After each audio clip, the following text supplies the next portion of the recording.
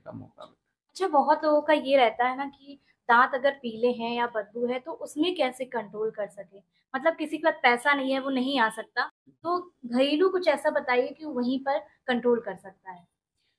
बहुत ही अच्छा सवाल है और बहुत कॉमन है हम्म। दांत गंदे होना और हम्म। इस तरह का क्वेश्चन।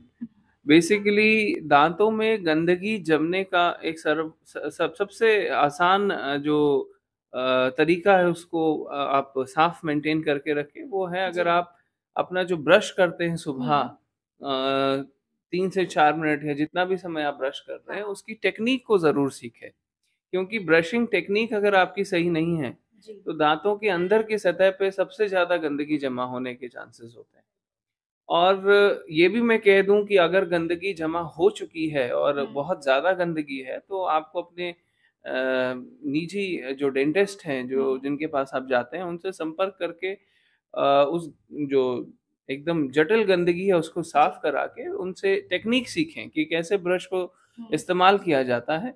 और 2 से 3 मिनट 4 मिनट की ब्रशिंग से आप अपने मसूड़ों को अपने दांतों को साफ और स्वस्थ रख सकते हैं। हम्म। ये एक बहुत बेसिक सी एक एक प्रोसेस है, बेसिक सा जो है एक स्किल है जो हम लोग सीखें और हम लोग इन इन तरह के स्किल्स को कैंप्स में ज़रूर हम्म।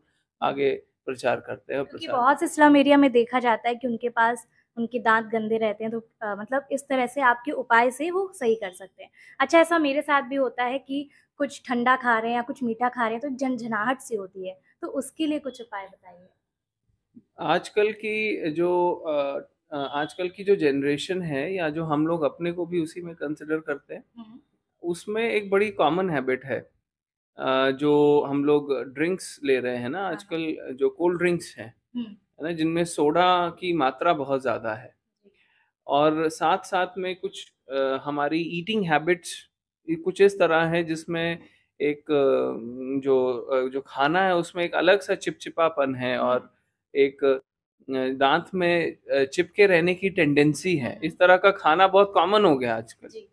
तो ये इन तरह के जो फूड इस तरह के जो फूड है या जो हम्म। फूडिंग हैबिट्स हैं, ये हम लोगों को थोड़ा सा न्यूट्रलाइज करने की आवश्यकता है। ओके। एक तो स्वास्थ्य के लिए भी ठीक नहीं है हम्म। और ओरल हाइजीन के लिए भी उचित नहीं है। हम्म।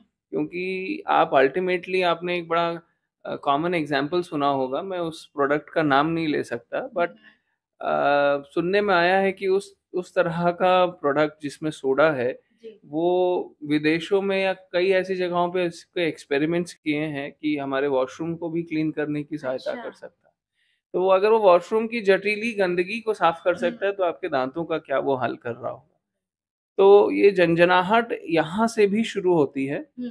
और झंझनाहट का एक दूसरा बड़ा इंपॉर्टेंट कारण है, अगर किसी व्यक्ति को झंझनाहट का एहसास है किसी एक एक पर्टिकुलर एरिया में जी। मुंह के अंदर, तो डेंटिस्ट को जरूर संपर्क करें। वो दांतों में कहीं ना कहीं केरीज के आशंकाएं भी हम्म।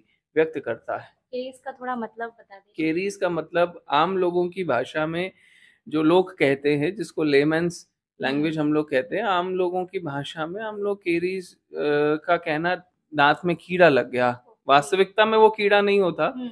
वो दांतों की सड़न होती है।